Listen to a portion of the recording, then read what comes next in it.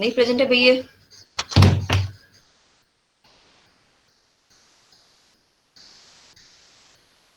अच्छा जी, हम पे चैप्टर नंबर 6 स्टार्ट करते हैं।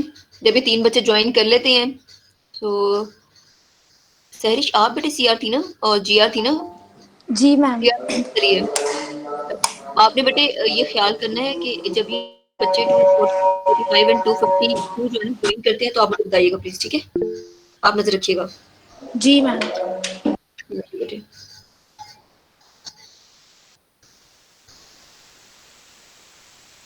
अच्छा जी, so let's start with chapter number 6, क्योंकि हम लोग 10th स्लाइड तक पढ़ चुके थे, आप सबने बताया जैसे।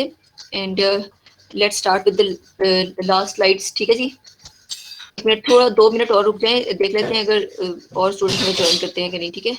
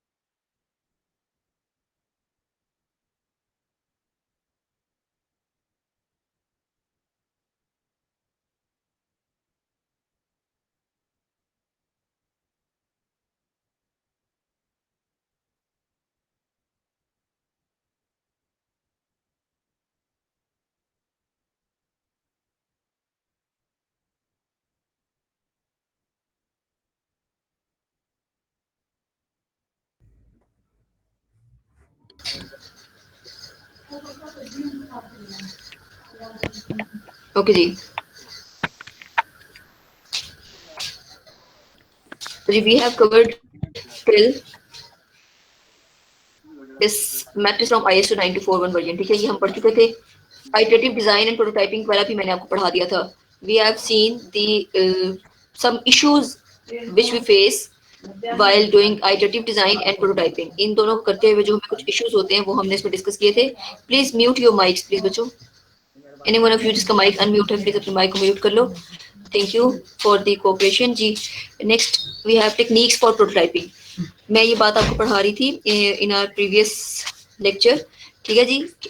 प्रोटोटाइपिंग के लिए ज़रूरी नहीं है कि आपने सिर्फ ये जिस तरह से हमने किया है it must be computer based और something like that. It can be animated, ठीक है? एनिमेटेड मीन्स कि आप कोई कार्टून कैरेक्टर्स बना लें या कोई किसी भी किस्म के, जैसे अगर आप बैंक की बात कर रहे हो तो बैंक के लिए एक डब्बा सा बना लें और उसमें जो फ्लो है इंफॉर्मेशन का उसको आप चलता हुआ दिखा सकते हैं, ठीक है? थ्रू एनिमेशन, ठीक है? तो आप इस तरीके से भी अपनी प्रोटोटाइपिंग को शो करवा सकते हैं और लिमिटेड फंक्शनैलिटी के साथ, जिस तरह आप लोगों ने अभी किया है, ठीक है?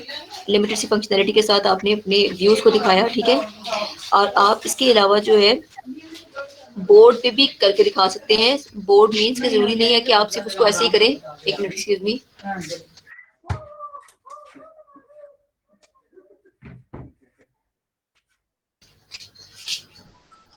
ओके जी, तो जी आप इसको स्टोरी बोर्ड के थ्रू भी, मतलब ये कि आप जैसे अगर आप फर्ज करें कि एक ही कंपनी में काम कर रहे हैं, वहां पे आप प्रोटोटाइपिंग दे रहे हैं, ठीक है? मतलब जिन जिन लोगों के साथ जो भी आपके क्लाइंट है, यूजर है, वो सारे के सारे वहीं मौजूद हैं। तो आप उनको वैसे भी समझा सकते हो कि यार ये चीजें हैं, ये इसका डिजाइन है और हम इस पे काम करें। बेटा किसका माइक अनम्यूट है? जी शाहजेब आप।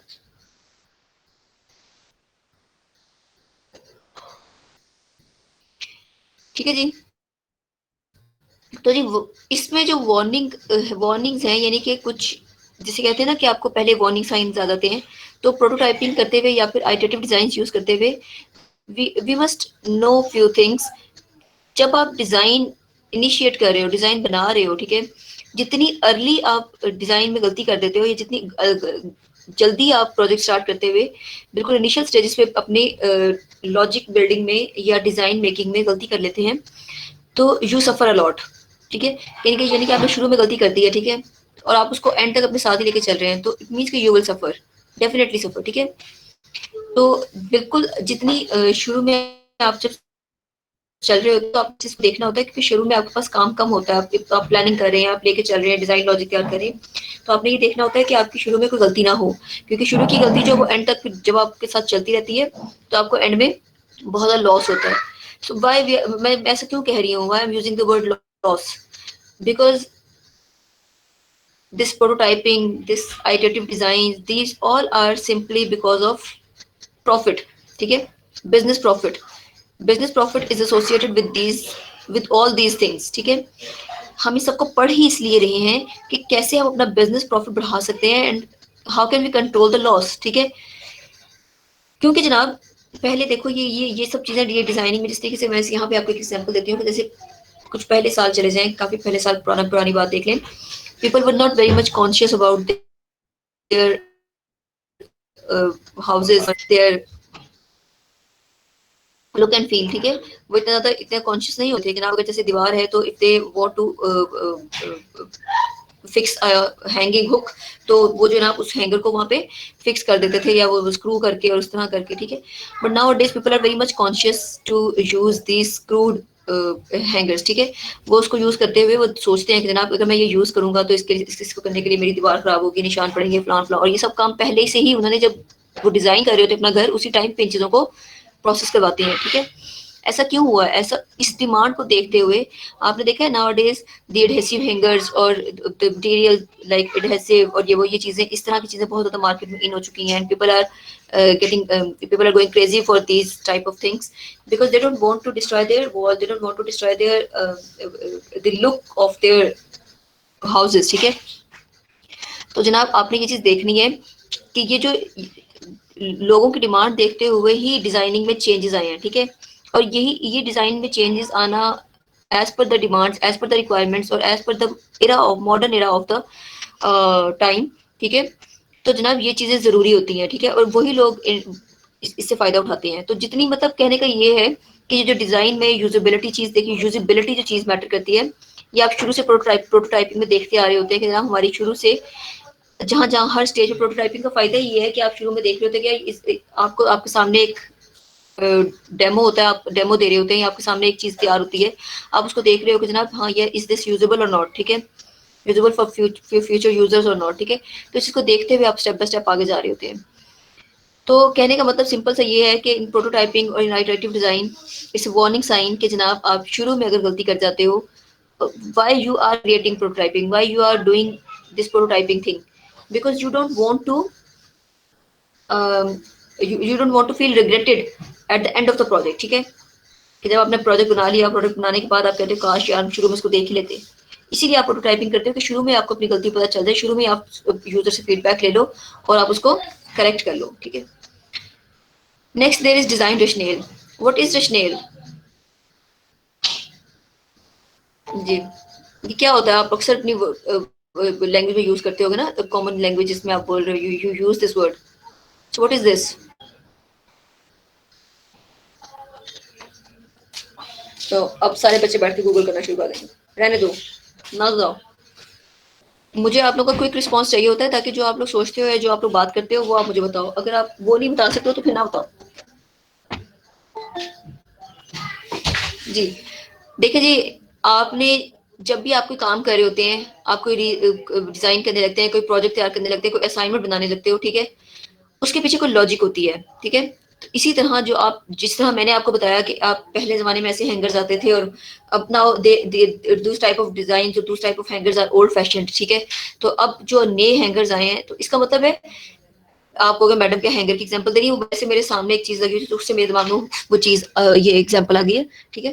तो कहने का मतलब ये है कि दिस इज डिजाइन रेशनेल, कि जनाब आपने पहले अपने डिजाइन को चेंजेस करने के लिए you must need a reason, ठीक है, you must need a reason, a solid reason for to design something, ठीक है। तो वो ये जो रीजनिंग है कि जितनी सॉलिड आपकी रीजन होगी, जितना प्रॉपर आपका लॉजिक होगा टू डिजाइन समथिंग, उतना ही अच्छे से वो सिस्टम को डिस्क्राइब करेगा, या उतने अच्छे से मतलब उतना ही आपको फायदा होगा, ठीक है। सो जी बेनिफिट्स ऑफ डिजाइन रैशनल क्या हैं? Design rational is basically the information that explains why a computer system is the way it is, ठीक है। एक कंप्यूटर सिस्टम है वो ऐसा क्यों है, ठीक है, why it is this type of the computer system, ठीक है। तो ये इंफॉर्मेशन जो है वो उसके पीछे रीजनिंग है, ठीक है। ऐसे नहीं, आप देखो एक आपने एक चीज बनाई है, ठीक है, मैंने आपसे कहा एक वेबसाइट बनाओ, ठीक है, आप सबने सोचा, सोचने के बाद आपने एक वेबसाइट बनाई, तो उसके पीछे आप जो भी कोई टॉपिक ले रहे थे, जो कुछ चूज कर रहे थे, there was a reason behind that. क्या रीजन थी उसके पीछे? जी मैम यही कि आपने असाइनमेंट दी थी हाँ, हमें। ये थे उस चीज को या उसको लाइक करते थे कि अच्छा ठीक है, एक तो ये रीजन थी किसी का आप उसमें इंटरेस्टेड थे उस चीज में, तो आपने वो टॉपिक लिया। दूसरा ये कि you just have to complete your task because you want to gain some points, ठीक है। तो आपका जो थी रीजन कि अच्छा मैं ये काम करूंगा तो मुझे इतने पॉइंट्स मिल जाएंगे और ये और वो, ठीक है। तो ऐसे जो भी आपके दिमाग में रीजनिंग थी उस रीजन पे आपने डिजाइन किया, ठीक है। या आपका इंटरेस्ट था, कुछ बच्चों ने बड़ा वो अपने इंटरेस्ट के टॉपिक्स, इस तरह किसी ने जिम पे काम किया, किसी ने स्कूल पे, किसी के मतलब पेरेंट्स थे उस स्कूल में, ये वो उन्होंने इस तरह की वेबसाइट को चूज किया। तो इसका मतलब ये है कि आप you people were interested in it because you have a proper reason for that, ठीक है। तो जी बेनिफिट्स ऑफ डिजाइन रेशनल, यानी कि जो भी चीज आप डिजाइन कर रहे हो उसके पीछे एक लॉजिक है, उसके पीछे एक रीजन है। इस चीज के क्या फायदे होते हैं आपको? इसके फायदे ये होते हैं, जिस तरह हम पहले भी बहुत दफा ये डिस्कस कर चुके हैं, communication throughout the life cycle, ठीक है। Whenever you design something, ठीक है, whenever you design with proper logic, ठीक है, इट मीन्स कि you are communicating, you are describing the whole life cycle of that system, ठीक है। आप उसका पूरा लाइफ साइकिल उस डिजाइन में डिस्क्राइब कर रहे हो, ठीक है। आप इस अगर आपने डिजाइन को बनाते हुए प्रॉपर लॉजिक के साथ बनाया है and you know the logic of the design, ठीक है, तो you can easily reuse that design at any time, ठीक है, for some other project to.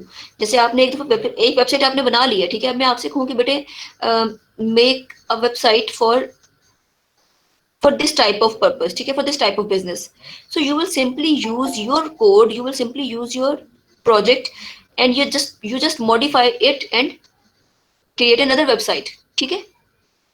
Instead of this कि आप बिल्कुल स्क्रैच से स्टार्ट करो, you don't need to start with scratch, ठीक है। You have a model in front of you, ठीक है। तो आप उसी को मॉडिफाई करोगे and you will get your result, ठीक है जी। तो इट मीन्स कि आपने अगर एक डिजाइन बनाते हुए जरा समझ के बनाया है, आपको उसका नॉलेज है, आपको उसका पता है, आपको उसकी लॉजिक पता है, आपको पता है कहाँ कहाँ मैंने चेंजेस करने हैं, ठीक है, and you will get the other type of design, ठीक है। तो अगर आपको ये सारा कुछ पता है तो यू कैन री यूज योर डिजाइन, ठीक है।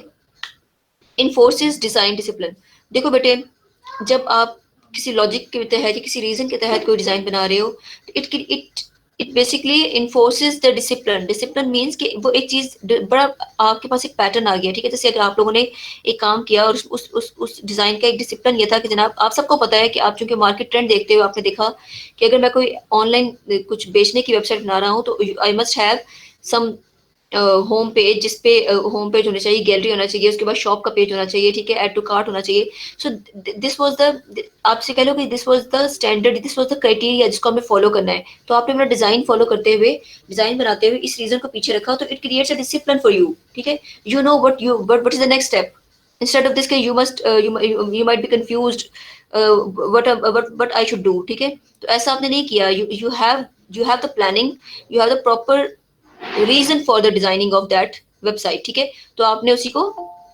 इम्प्लीमेंट किया,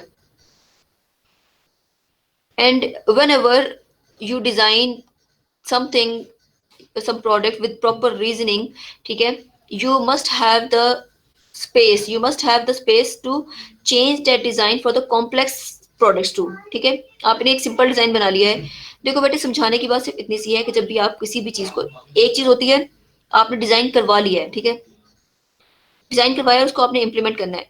इस तरह की चीज को समझना और इस तरह की चीज पे काम करना मुश्किल होता है। जब आप किसी चीज को खुद से डिजाइन करते हो और फिर आप उसके ऊपर काम कर रहे होते हो, तो that is quite easy for you to change anything at any time, ठीक है। ये जो आइटरेटिव डिजाइन है, ये प्रोटोटाइपिंग है, ये एजिलिटी है, आगे आप पढ़ेंगे इन सॉफ्टवेयर इंजीनियरिंग द एजिलिटी, ठीक है, the flexibility in the project, the flexibility in the requirements, ठीक है। तो ये चीज है ना, इसको लोग क्यों इस चीज के ऊपर काम कर रहे हैं, लोग इस क्यों इसकी तरफ ट्रेंड बढ़ रहा है, क्योंकि लोग इस चीज पे एग्री कर चुके हैं कि जब वो डिजाइन कर रहे होते हैं चीजों को, तो सारी मेहनत, सारा दिमाग, सारा नॉलेज, अपना एक्सपीरियंस वो इस चीज पे लगाते हैं, इस स्टेप पे लगाते हैं, एनालिसिस एंड डिजाइन, ठीक है। Because if you designed a product correctly, you definitely will go to sell a good product, instead of कि जनाब आप उसको बेचने के बाद ये देख रहे हो कि जनाब लोगों ने उसको पसंद किया है नहीं, इसमें क्या क्या इश्यूज निकले हैं। अगर आपका डिजाइनिंग अच्छी हो, समझदारी से किया हुआ हो, तो उसमें इश्यूज नहीं निकलते, ठीक है। कैप्चरिंग कॉन्टेक्चुअल इंफॉर्मेशन, जो the good design of course cover the whole context, the whole information of the system, ठीक है। So these are few benefits of the design rational, ठीक है। इसी तरह डिजाइन रैशनल की कुछ टाइप्स हैं और कुछ एग्जांपल्स हैं जो हमने आज देखनी है। डिजाइन जब बना रहे होते हो, या डिजाइन की जो रीजनिंग है, डिजाइन के जो लॉजिक्स हैं, उनकी दो तरह के टाइप्स हैं। एक होती है प्रोसेस ओरिएंटेड और एक होती है स्ट्रक्चर ओरिएंटेड। प्रोसेस ओरिएंटेड वो होती है जिसमें आप, जैसे आप ये कह लो कि जिसमें आप रिटर्न काम करते हैं। रिटर्न मीन्स कि आप अपने नॉलेज को यूज करते हुए प्लानिंग कर रहे हो, ठीक है। प्लानिंग की हद तक जो आपका डिजाइन है, जिसमें आपकी प्लानिंग है, ठीक है, that is called the process oriented design rational, ठीक है। What is structure oriented? Structure oriented वो होती है जिसमें आप जो चीज बनाने जा रहे हो उसके प्रॉपर स्ट्रक्चर के बारे में बात करते हो कि वो चीज कैसी होगी, ठीक है।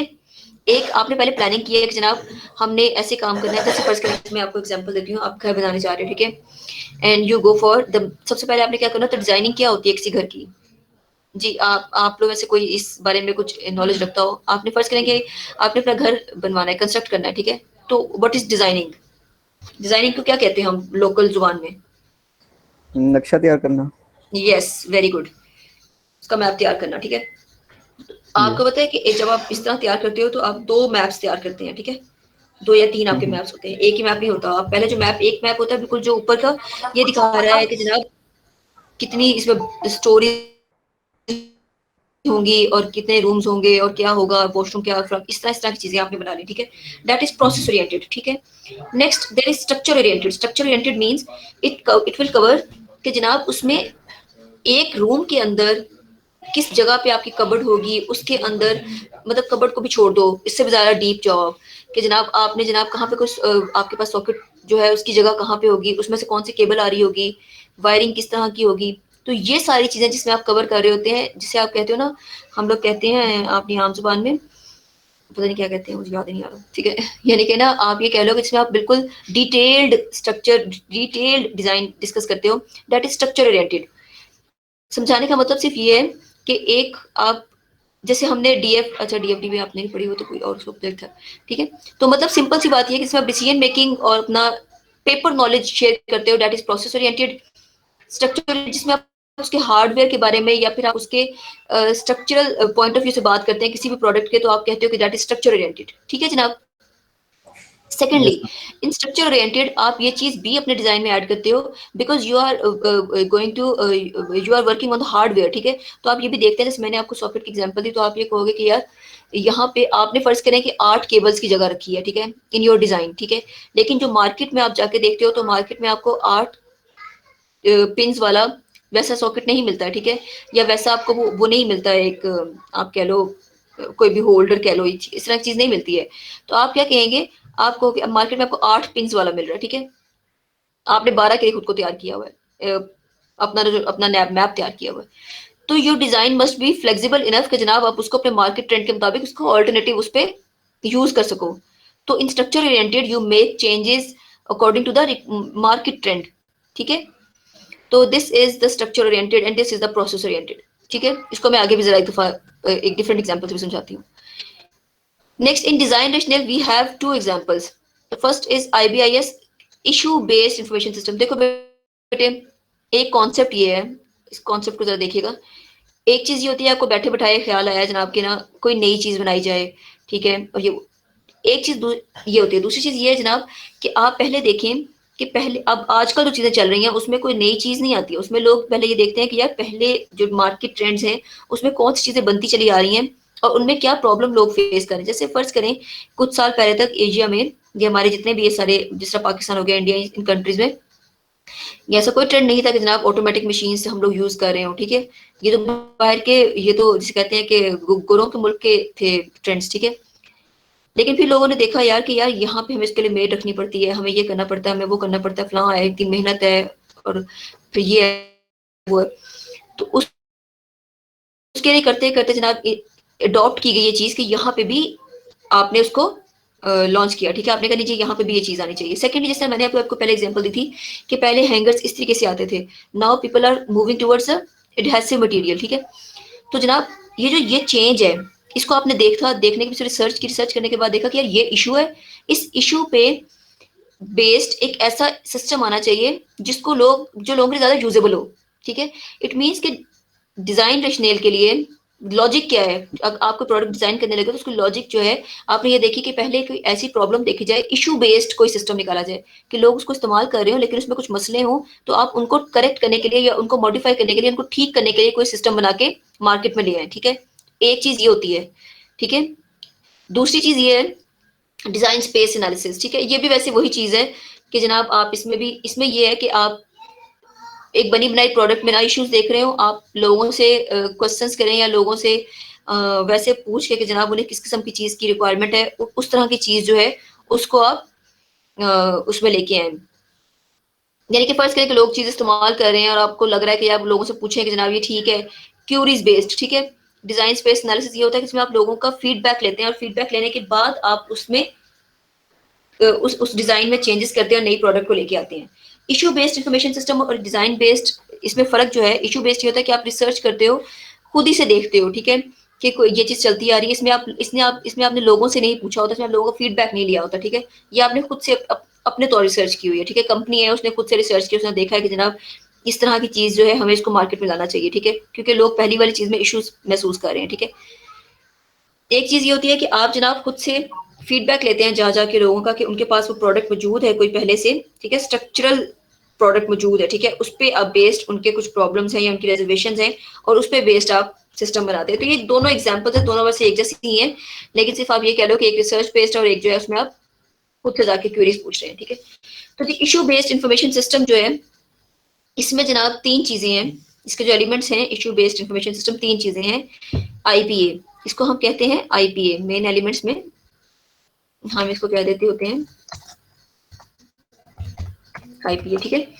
इशू, पोजीशंस, आर्गुमेंट्स, ठीक है। कि सबसे पहले आपने देखना है कि इश्यूज, ठीक है, इश्यूज क्या है।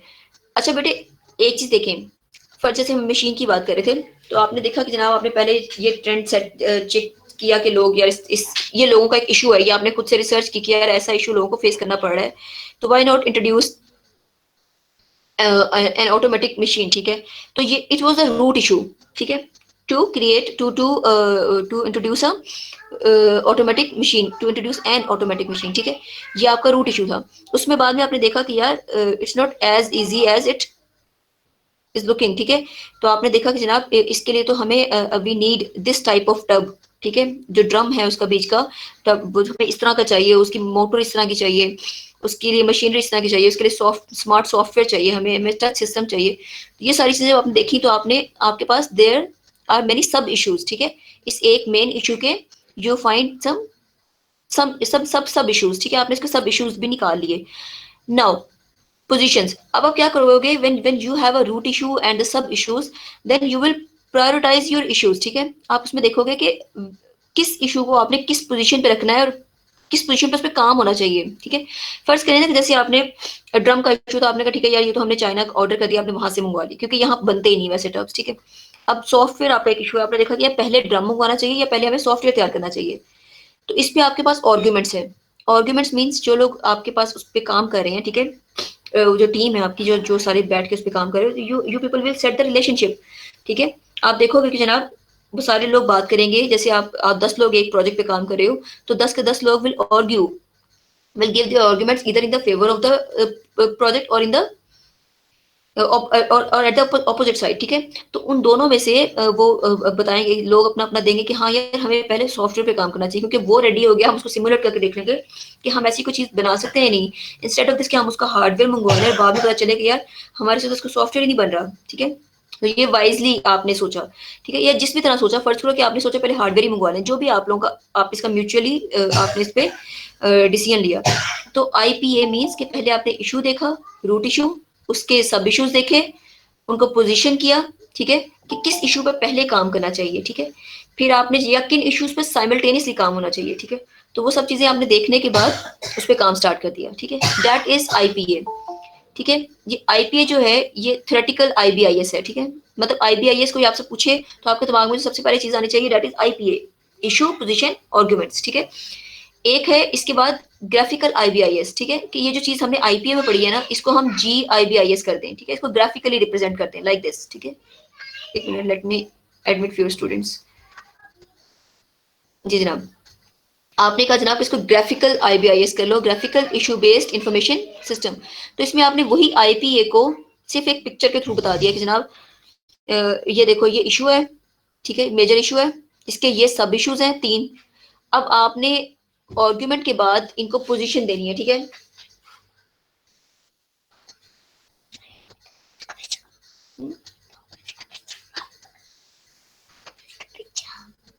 डोमिनोज का पिज्जा, बेटे वेट करो 2 मिनट प्लीज। अच्छा जी, आपने इशू देखा, ठीक है, अच्छा जी, हम इशू देखा, फिर आपके पास सब इश्यूज थे, आपने आर्गुमेंट के बाद उनको पोजीशन किया, ठीक है। देखो एक स्पेशलाइज्ड इशू है, एक क्वेश्चन बेस्ड इशू है, एक जनरलाइज्ड इशू है, ठीक है। तो आप लोग पोजीशन कर रहे हो कि जनाब ये जो स्पेशलाइज्ड इशू है, क्या इसको नंबर 1 पे आपने करना है, इस पे इसकी सपोर्ट में कितने आर्गुमेंट्स हैं, इसके ऑब्जेक्ट्स, इसको ऑब्जेक्ट कितने लोग, इस पे ऑब्जेक्शन कितने लोग कर रहे हैं, ठीक है, आपने वो देखा। फिर आपने इसकी पोजीशनिंग सेट करनी है इश्यूज की, और फिर आपने उस पर काम करना है। बट दिस ग्राफिकल IBIS और this IPA, these all depend on the क्या समझ आई समझने के बाद आपके दिमाग में क्या चीज आती है? मैंने आपको पढ़ाया, पढ़ाने के बाद क्या चीज दिमाग में आई? यही मैम कि इसमें से हम पहले सिलेक्ट करेंगे किस इशू को हमें पहले रिजॉल्व करना चाहिए, किसको बाद में। मतलब देखो टीम वर्क जो आपने देखा है कि म्यूचुअल कंसेंट बहुत मैटर कर रही है, ठीक है ना, हम्म। क्योंकि आप अगर छह लोग काम कर रहे हो और 6 लोगों में से अगर फर्ज करें कि 2 लोग फेवर में है, 4 लोग उस पे ऑब्जेक्ट कर रहे हैं, ठीक है, they are not in the favour of that scheme, ठीक है, दैट प्लानिंग, तो क्या होगा, you will go for majority, ठीक है, आप मेजोरिटी के साथ जाओगे, ठीक है ना। मतलब वो तो काम नहीं ये इस करेंगे हम। तरह से आप करके इश्यूज पे को सोल्यूशन निकालते हैं। ये पता है तब की बात है, ये जब आप डिजाइनिंग कर रहे हैं, ठीक है, ये बिल्कुल तब की बात है। अब शुरू में प्लानिंग कर रहे हो तो आप देखते हो कि यार जो हम जिस चीज पे हम काम करने जा रहे हो, फर्ज करो कि आप 2 लोगों को लगा कि यार एक काम है, ये इशू है, हमें इस पे काम करना चाहिए, हमें इस पे इन्वेस्ट करना चाहिए, and you all are investors, ठीक है, because some of you are going to invest your time, some of you are going to invest your money, ठीक है। तो आप लोग सारे इन्वेस्टर्स हो, आप काम कर रहे हो, उसमें से कोई 2 लोग 4 लोग हैं, वो कहते हैं भाई कि ये तो इस पे काम करना ही नहीं चाहिए, ठीक है, this issue is not an issue, ठीक है। तो आप लोग कभी भी उस पर मिलकर सारे काम नहीं कर सकते। इट मीन्स कि पहले तो आपने ये देखना है कि जो आप काम करने जा रहे हो is it the root issue और नॉट, ठीक है। इशू है तो उसके फिर सब इश्यूज क्या हैं, सब इश्यूज हैं तो उनकी पोजीशन क्या होनी चाहिए, ठीक है। ये सब आपने देखते हुए उस पर काम स्टार्ट कर दिया, and that is called issue based information system, and this is a type of design rational, ठीक है। डिजाइन, किसी भी चीज को डिजाइन करने के लिए रीजनिंग चाहिए थी ना, लॉजिक चाहिए थी ना, तो वन लॉजिक इज कि आपने इशू बेस्ड इंफॉर्मेशन सिस्टम बनाना है, ठीक है। द अदर रीजन इज कि आप डिजाइन स्पेस एनालिसिस बनाना चाह रहे हो, ठीक है। इट इज स्ट्रक्चर ओरिएंटेड, ठीक है। स्ट्रक्चर ओरिएंटेड इट मीन्स कि मार्केट में कोई डिजाइन गया हुआ है, एक चीज गई हुई है, एक प्रोडक्ट गई हुई है, लोग उस पर कर रहे हैं, यूज कर रहे हैं उसको, you go for the feedback, ठीक है। आपने देखा है बहुत सारी प्रोडक्ट्स जब हम यूज कर रहे होते हैं, ये इलेक्ट्रॉनिक अप्लायंसेस, उस पर हमारा फीडबैक के लिए पूछा गया होता है। मतलब कुछ कंपनीज हैं जो बड़ा कंसर्न शो करती हैं अपनी प्रोडक्ट्स को लेकर कि जनाब आपका feedback is much valuable for us, ठीक है, तो गिव योर फीडबैक, कि जनाब आप अपना फीडबैक दें, अच्छी है प्रोडक्ट और ये नहीं है, आप इसको फलां करें फलां करें, ठीक है। तो इट मीन्स कि आप वो हमसे क्वेश्चंस कर रहे हैं, ठीक है, ये भी वही बात है, इशू वाली बात है, IPA वाली बात है, लेकिन बस इसका थोड़ा चेंज कर दिया, QOC कर दिया, ठीक है, क्वेश्चंस ऑप्शंस क्राइटेरिया, ठीक है। इसमें आप ये देखोगे कि आप चूंकि एक चीज मार्केट में जा चुकी हुई है, उस पर आप लोगों का फीडबैक लेने के बाद आप देखेंगे कि जनाब उससे भी आपके पास इश्यूज ही आएंगे ना, ठीक है, उसमें क्या इश्यूज हैं, उस चीज में क्या प्रॉब्लम्स हैं, आप पहले उनको देखोगे, उसके बाद देखोगे कि उसके कितने ऑल्टरनेटिव सॉल्यूशंस आर प्रेजेंट, ठीक है, कितने ऑल्टरनेटिव सॉल्यूशंस मौजूद हैं उसके, ठीक है, उस चीज को ठीक करने के लिए कितने सॉल्यूशंस आपके पास मौजूद हैं, ठीक है।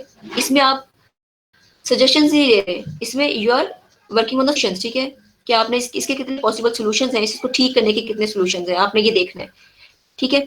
और उन सॉल्यूशंस के क्या क्राइटेरियाज हैं, ठीक है, तो उनको देखते हुए क्राइटेरियाज मीन इसमें क्राइटेरियन ये भी हो सकता है कि जनाब आपका एक सॉल्यूशन है वो बड़ा सस्ता सा है, ठीक है, एक सॉल्यूशन है वो बड़ा महंगा सा है, एक सॉल्यूशन है उस पर कम टाइम लगेगा, एक सॉल्यूशन उस पर ज्यादा टाइम लगेगा। तो आपने देखना है कि आपको किस किस्म का क्राइटेरिया चूज करना है, ठीक है। इधर you want to launch that product within no time, और you want to launch a very good product, ठीक है। तो इन दोनों चीजों में फर्क होता है कि आप बहुत जल्द अगर आप दोनों ही काम एक साथ करना चाहते हैं तो फिर भी आप उसका कोई सोल्यूशन देखेंगे। तो इट मीन्स कि जब कोई प्रोडक्ट मौजूद है, उस पर आपने लोगों का फीडबैक लिया, उसको ठीक करने के लिए यू हैव, बिकॉज आप ऑलरेडी एक चीज बना चुके हुए हैं, ठीक है, तो उसी को ठीक करने के या उसी में चेंजेस करने के you must have some other solutions, ठीक है। तो आप उन सॉल्यूशंस पर गौर करेंगे और अपने क्राइटेरिया को देखते हुए अपनी जिसे कहते हैं एलिजिबिलिटी देखते हुए आप उसमें चॉइस करेंगे कि जनाब आपने किस पे काम करना है, ठीक है। तो that is structure oriented analysis या फिर डिजाइन स्पेस एनालिसिस, ठीक है। दिस इज कॉल्ड जनाब this is called design rational types and examples. So Janab, this is all about chapter number 6. If you people have any question regarding this lecture, you can ask.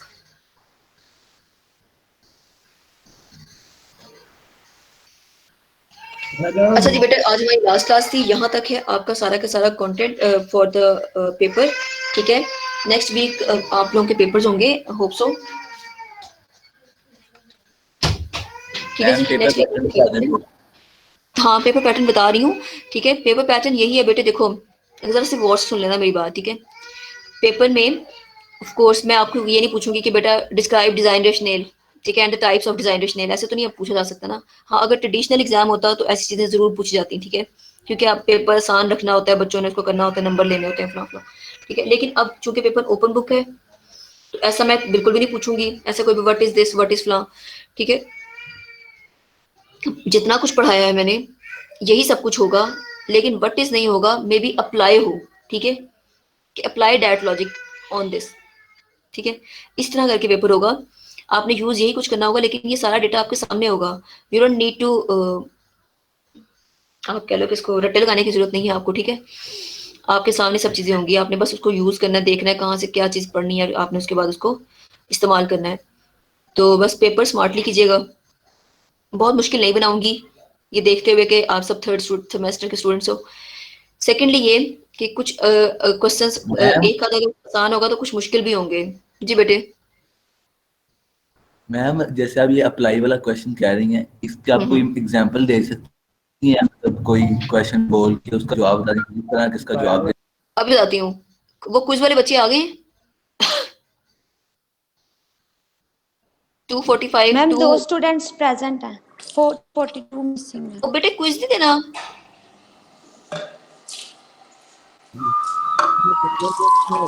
आ गए ma'am, तीनों present हैं, miss आ गए हैं। कौन कौन है? 242 है, 245 है, और तीसरा कौन था? 252। 252 जी। जी तीनों मौजूद हो? जी मैम मौजूद है। अच्छा जी, आप लोग का टाइम स्टार्ट हो रहा है, ठीक है। 2 मिनट बाद मैं आपको क्वेश्चन बताने लगी, क्वेश्चन सुन लें। आपके पास क्वेश्चन ये करने के लिए, ये तीनों लड़के हैं लड़कियां हैं? लड़के हैं मैम। बॉयज हैं मैम। अच्छा ठीक है, कोई बात नहीं, माइंड तो ना करो। अच्छा आपने करना ये है, Mohammad Ali are you here? As usual Mohammad Ali साहब नहीं है। अच्छा आप सबने ना ये सहरिश को भेजना है, ठीक है, ठीक है सहरिश। जी मैम। आप तीनों ने अपना क्विज करने के बाद सहरिश को भेजना है, टाइम मैं बता दूंगी। सहरिश आपने ये देखना है 221 हो रहे हैं, अभी मैं क्वेश्चन बताऊंगी तो 223 तक ये काम स्टार्ट कर देंगे, ठीक है। और 10 मिनट के बाद इन्होंने आपको अपना क्विज भेजना है, और अगर इन्होंने 10 मिनट के बाद आपको नहीं भेजा, ठीक है, उसके बाद में भेज रहे हैं, ठीक है, तो यू विल नॉट एक्सेप्टेड, ठीक है। मैं आपको डेडलाइन जो होगा ना, इसका जो एंडिंग टाइम होगा वो बता देती हूँ। क्वेश्चन सुन ले बेटे। जी मैम जी बोलें। जी सर सुने जी। Think about an example and apply Norman's rule on that. Norman's model on that, ठीक है। मैम दोबारा बोलिए एक दफा। Think about some example आपने कोई एग्जांपल सोचनी है जिस पे आपने नॉर्मन रूल को अप्लाई करना है, ठीक है?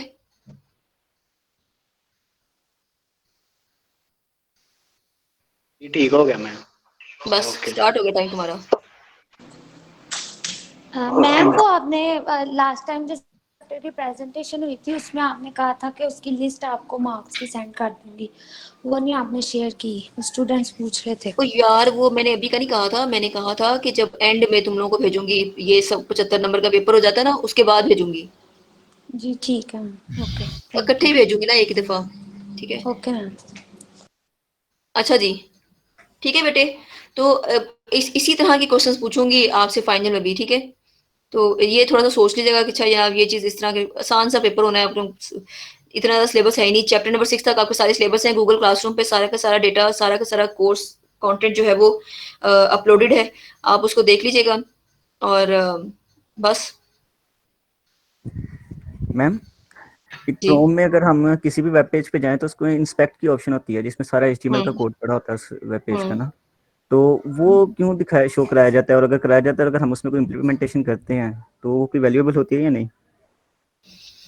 ये डिपेंड करता है ना कि अगर उन्होंने बिल्कुल ओपन सोर्स छोड़ा हुआ उसको, ठीक है, तो आप जब चेंजेस करोगे तो वो उसमें हो जाती हैं। जैसे कुछ वेबसाइट्स इतनी सस्ती सी बनी होती हैं कि उनमें अगर आप इस तरह का काम करते हैं तो वो उसको एक्सेप्ट कर रहा होता है, ठीक है? लेकिन कुछ लोगों ने अपना कोड बेशक शो करवाया होता है, but they are not facilitating the modification, ठीक है? मॉडिफिकेशन वैसे मैक्सिमम लोगों ने इसको डिसेबल किया होता है, लेकिन ये कि कुछ वेबसाइट्स का ओपन सोर्स, ये ओपन सोर्स कोड होता है ना, इसको आप ऐसे कहते हो ना कि जनाब उन्होंने अपना कोड जो है वो ओपन सोर्स उनका है। ये मैक्सिमम जो तो PHP में बनी हुई वेबसाइट्स होती है ना, उनका HTML कोड और ये सारे कोड जो है वो हमें विजिबल होते हैं। मैम मॉडिफिकेशन हम जरूरी तो नहीं ना कि इधर ही करें, मतलब कि हम कॉपी करके उसको, तो हाँ उसमें बिल्कुल। जैसे ये आप तो, आपने बिल्कुल हमें पढ़ाया मैं है जो। आपको बताती हूँ, जैसे ना जब मैं स्टूडेंट थी ना, तो मुझे ये बड़ी बात पता चली, मुझे लगा मुझे बहुत बड़ी बात पता चल गई है, ठीक है? और मैंने अपनी सारी दोस्तों से ये बात छुपा ली कि जनाब मुझे, मैंने फटाफट वहां से कॉपी शॉपी करके, और ये मुझे लगा यार ये तो मुझे ही सिर्फ बात पता है, ठीक है? लेकिन ऐसा नहीं था, ये सबको ही पता थी। तो ये कि ये सभी ऐसा करते हैं, जब हम स्टार्ट स्टार्ट करते हैं, छोटे बच्चे होते हैं, ये काम कर रहे होते हैं, तो यही सबसे बेहतरीन तरीका होता है कि आप किसी, क्योंकि हमारे सामने एक चीज होती है ना, और हम उसको देखे बजाय इसके कि लाइन बाय लाइन कोड खुद से देख रहे हो, तब तो समझ नहीं आती थी। अभी तो चलो आप लोग समझदार हो, अब आप लोग के टाइम पे तो बच्चे वैसे ही बड़े स्मार्ट हैं, तो अब हमें पता है कि कैसे हमें टेम्पलेट उठाना है, कैसे हमने उससे काम करना है, कैसे हमने डाटा उठाना है। अब तो हमें सब कुछ पता है। और जो आजकल सॉफ्टवेयर इंजीनियरिंग है ना, जो हमारी चल रही है, वो ये नहीं है। ये वाली बात से शायद आप लोग मेरे बड़ी दफा इख्तलाफ करते हो। जो हमारे यहाँ अब डेवलपर का कॉन्सेप्ट ये बिल्कुल नहीं है कि आपको जनाब बैठ के सिंटेक्स याद करके कोड लाइन बाय लाइन लिखना आता हो, ठीक है? वो तो ऑफ कोर्स आपको आता ही है, तो तभी आप उसको पढ़ के चेंज कर सकते हैं ना। तरीका आपको ये आना चाहिए कि कहाँ से आपने कोड लेना है और कैसे आपने उसको मॉडिफाई करना है, ठीक है, अकॉर्डिंग टू योर नीड्स। तो ये चीज जिस बच्चे को आती है ना, वो बच्चा जनाब तर गया आगे। अस्सलाम वालेकुम मैम। जी जी, वालेकुम अस्सलाम। मैम मेरा क्वेश्चन ये है कि जिस तरह अब देखा जाए कि दुनिया ऑटोमेशन की तरफ जा रही है, और हम्म। वेब में भी देखा जाए तो ये कोडिंग तो काफी हद तक अब नहीं रही, जिस तरह डिजाइनिंग में हम्म। देखा जाए ड्रैग एंड हम्म। ड्रॉप पे काफी ज्यादा चला गया है। बिल्कुल ऐसा, फिर टूल्स, सारी बात टूल्स की है, गेम सारी टूल्स की है। जी जी, फ्रेमवर्क्स में भी आ गए हैं कि हम्म। बस ड्रैग एंड ड्रॉप पे काम और हो रहा है, लेकिन बैक एंड पे कोडिंग हो रही है। तो हाँ। वेब का भी ट्रेंड चेंज हो रहा है, तो इसकी डिमांड आगे से मतलब कि कम भी हो रही है, लेकिन जो है वो भी बहुत अच्छी है। तो क्या हमें वेब लर्न करनी चाहिए या दूसरी ऐप डेवलपमेंट, डाटा साइंस की तरफ जाना चाहिए? मेरा अगर आप लोग सब मशवरा मांगेंगे ना, तो मैं आपसे कहूंगी कि आप सब कुछ पे काम करें, ठीक है, सब कुछ सीखें, नो प्रॉब्लम।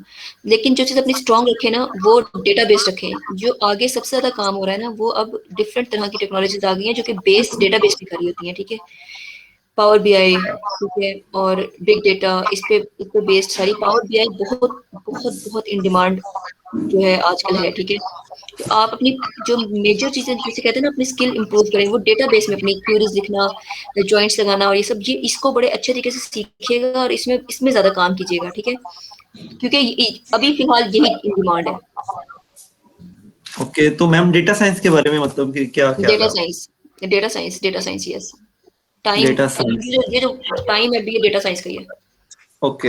यानी कि हम जो इसके प्री रिक्विजिट्स हैं वो तैयार करने शुरू करते हैं इसके हाँ, लिए। जब आप डेटाबेस पढ़ोगे ना अपनी, ठीक है, तो ओके उसको बड़े समझ के पढ़ना, ठीक है। पहले तो आपने डेटाबेस से स्टार्ट करना है ना, डेटाबेस अपने समझ के पढ़ना, उसके बाद वहां पे रुकना जाना, ठीक है। अगर फर्ज करो कि टीचर्स मैम पढ़ा आपको बेटा नहीं देखेंगे ना कि आप मैं उसको पढ़ वेबसाइट रहा पे अप्लाई करें या किसी भी चीज पे लगाएं, ठीक है, डेटाबेस यूज करें, तो आपने वो समझ लेना है और उसके बाद खुद लगा के देखना है। तो कोई जिस तरह आपके पास अभी आपने वेबसाइट नई बना ली है, इसके पीछे जी जी डेटाबेस लगा के देखें, खुद से डेटाबेस पे काम करें, मुश्किल से मुश्किल क्वेरीज, मुश्किल से मुश्किल ज्वाइंट्स लगाने की कोशिश करें, ठीक है। ये सारे काम करके रखोगे ना तो तुम्हें जॉब भी मिल जाएगी, और फिर जब जॉब पे जाओगे तो बहुत अच्छे से लर्न करोगे चीजें, अगर इसी फील्ड में चले जाते हो तो। सही सही सही ये thank you in ma'am demand है आजकल ना, ये बहुत इन डिमांड है अच्छा मैम, चीजें। मैम जैसे ये मैम एक तकरीबन जितनी भी वेबसाइट पे पेपर सर्च करके पेपर देखा सभी पैटर्न के का हवाले सोर्स से, कोड एक ओपन आ मिनट बेटे जाता है। शाजिद, प्यारे बेटे एक मिनट, बेटा पेपर पैटर्न के हवाले से किसी बच्चे ने कुछ और पूछना है तो यू कैन आस्क। पेपर के हवाले से देखो, मैम ये पेपर बेटा पूछना था कि इस तरह से ना, मतलब क्वेश्चंस हम्म, मतलब क्वेश्चंस कितने आपको आएंगे, लॉन्ग समझाने क्वेश्चन की कितने बात होंगे, सिर्फ इतनी शॉर्ट सी है क्वेश्चन कितने होंगे? कि पेपर ऐसे नहीं होगा what is this what is फला, ऐसे नहीं होगा, ठीक है। क्योंकि आपको भी पता है कि पेपर वैसे इसलिए नहीं हो सकता क्योंकि सब कुछ ओपन बुक है, ओपन इंटरनेट, आपके पास सब कुछ मौजूद होगा जब आप पेपर कर रहे हो, ठीक है। तो of course the difficulty level must be here, ठीक है। तो वो इसी तरह से मैं इसमें ऐसे ही ऐड करूंगी कि सिर्फ आपको इस तरह से पूछ लूंगी कि आपने ये वाली चीज फलानी चीज पे अप्लाई करके देनी है, तो अगर आपने ठीक से अप्लाई किया होगा तो you will get full marks, अगर आपने ठीक तरीके से नहीं किया होगा तो यू विल गेट जीरो, ठीक है। मैम क्वेश्चंस बता दें काइंडली कि लॉन्ग क्वेश्चन कितने आएंगे और शॉर्ट क्वेश्चन कितने आएंगे। देखो मैं एमसीक्यूज तो नहीं पूछने वाली, ऐसी कोई भी चीज नहीं जी जी पूछूंगी, वो ठीक तो है। ठीक है। लॉन्ग क्वेश्चन कितने होंगे ये मुझे नहीं पता, क्योंकि मैंने पेपर भी बनाया नहीं है, ठीक है। बनाने के बाद सीआर और जेआर को बता दूंगी कि कितने क्वेश्चन हैं वैसे, लेकिन ये डिपेंड करेगा। अगर तो डिफिकल्टी लेवल ज्यादा हुआ ना क्वेश्चन में, मुझे नजर लग रहा हुआ कि ये क्वेश्चन मुश्किल होगा आपके लिए अटेम्प्ट करना, तो फिर नंबर ऑफ क्वेश्चन कम होंगे। अगर लग रहा हुआ कि आसान है तो फिर नंबर ऑफ क्वेश्चन ज्यादा होंगे, लेकिन पेपर इतना लेंथी मैं जरूर रखूंगी कि आप लोगों को होश ना रहे उस 1.5 घंटे तक, और आप उसको जल्दी जल्दी से कंप्लीट करें, ठीक है। मतलब बाजू का होता है पेपर छोटा रख दिया जाए तो आप लोगों के नकल के चांसेस बहुत ज्यादा बढ़ जाते हैं। वो तो आपने वैसे भी करनी है, सवाल सवाल करके आप लोग कर रहे होते हैं, लेकिन मैं आपको बता रही हूँ एक बात, देखो प्लेजरिज्म पकड़ा जाता है, ठीक है। और अगर पेपर में प्लेजरिज्म हुआ आपके, मैंने सिंपली जीरो दे देना है। जितने बच्चों का ये पेपर मिलता नजर आएगा उन सबका जीरो होगा, क्योंकि जैसे पेपर मैं बना रही हूँ, ठीक है, जो मेरे दिमाग में चल रहा है, तो मेरा नहीं ख्याल है कि उसमें आप लोगों की थॉट्स मिल सकती हैं,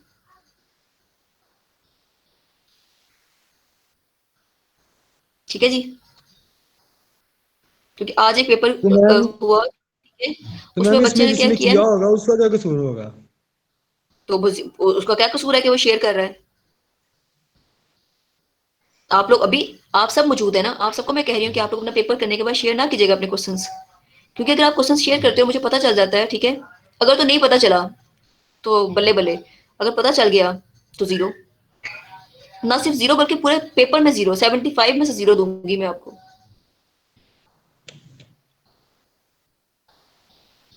नकल नकल चोरी जो है ना वो बुरी बात है, वो नहीं आपने करनी, ठीक है। अच्छा करो बुरा करो जितना भी करो अपना करना, क्योंकि हो सकता है कि आपको लग रहा हो आपने ठीक ना सोचा हो, लेकिन मुझे आपका जो आपका कॉन्सेप्ट है, जो जो भी आपने लिखा है, मुझे अच्छा लग जाए तो आपके पूरे नंबर हो,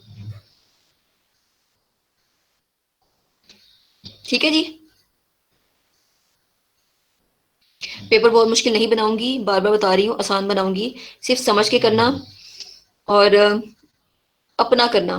क्योंकि पेपर में अगर मुझे नकल नजर आई, ठीक है, आप लोगों का पेपर मिलता जुलता नजर आया किसी से भी, मैंने सिर्फ एक क्वेश्चन में मार्क्स नहीं काटने हैं, मैंने पूरा पेपर आपका जीरो कर देना है।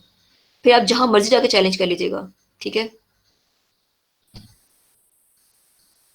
आज एग्जाम हुआ एक, उसमें एक बच्चे ने अपना पेपर करते हुए एंड में जनाब उसने किसी बच्चे से पेपर लिया, लेकिन वही नकल के लिए अकल की जरूरत है, तो चूंकि बहुत जल्दी में उसने वो क्वेश्चन लगाया होगा साथ, तो वो उस बच्चे का रोल नंबर और राइटिंग जो थी ना वो उसी बच्चे की थी, उसी की पिक्चर थी, मतलब किसी और बच्चे के पेपर की, वो उसने अपने पेपर के साथ लगाया और उसने सबमिट करवा दिया, ठीक है। तो रोल नंबर नहीं लिखा हुआ था उस बच्चे का, लेकिन उसकी राइटिंग मैच नहीं थी उसके साथ, तो वो उसका भी जीरो, और जो उस बच्चे को मैंने ट्रेस कर लिया जिसकी राइटिंग वो थी, तो वो दोनों का जीरो आउट ऑफ 75। तो आप ये देख लो कि आप क्या करोगे अपने साथ, सीधा सीधा एफ लगेगा आपका। इसलिए ऐसा नहीं कीजिएगा, नकल नहीं मारिएगा, अपना पेपर खुद कीजिएगा। अच्छा करें बुरा करें सही करें गलत करें,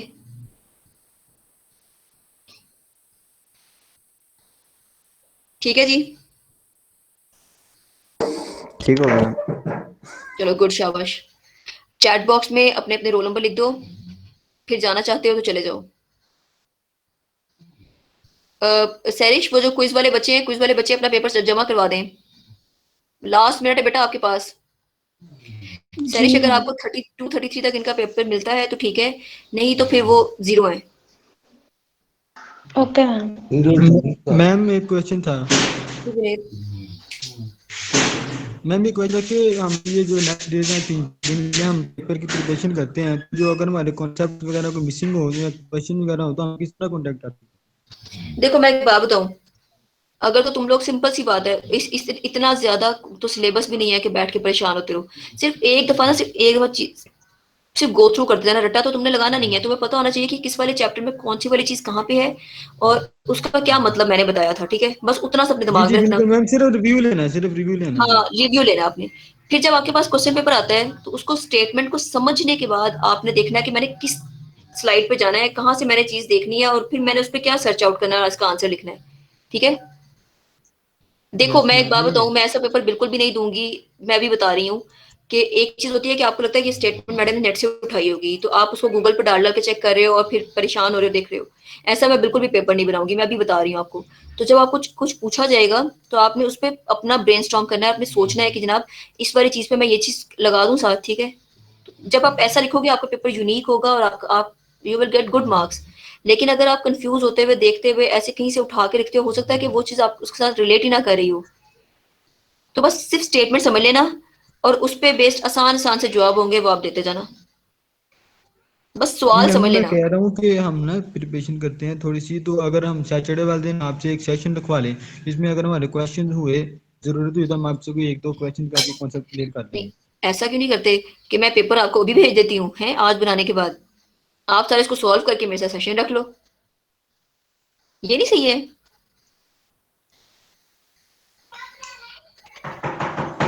सस्पेंस मैम रहने मैं दो, कुछ कुछ नहीं और होगा। सा- अच्छा हो जाएगा पेपर, ना परेशान हो। इतना मुश्किल नहीं बनाऊंगी, आसान पेपर बनाऊंगी, परेशान ना हो, बिल्कुल आसान सा होगा।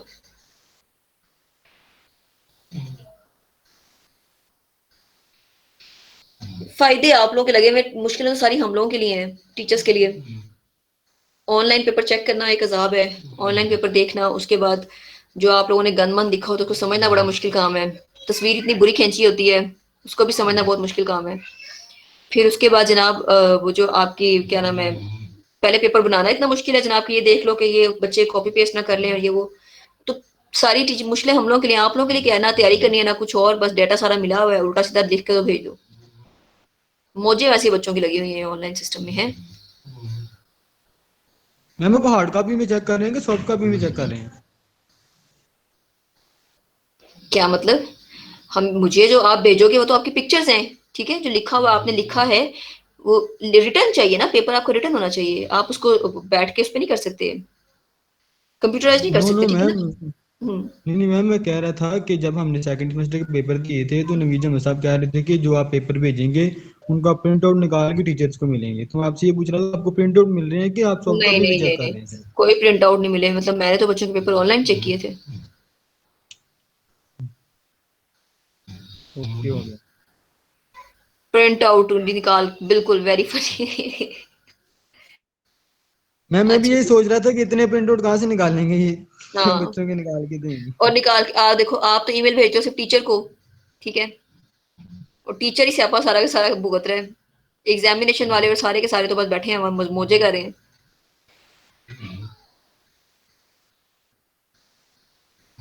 चलें जी, ठीक है जी। सैरिश, मिल गया आपको क्विज बेटे? जिन बच्चों के मिल गए हैं वो आप ग्रुप में शेयर कर दो प्लीज, मेरे साथ व्हाट्सएप पे। जी मैम। कितने लोगों ने भेजा है?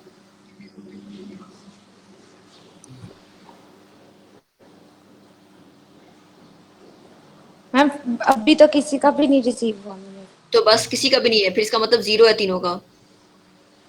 236 हो गए हैं ना? जिन बच्चों ने क्विज दिया 242, जी मैम। 252 एंड 245, आप तीनों का 0 है, ठीक है? इनको बता दीजिएगा। ओके जी, अल्लाह हाफिज बच्चों।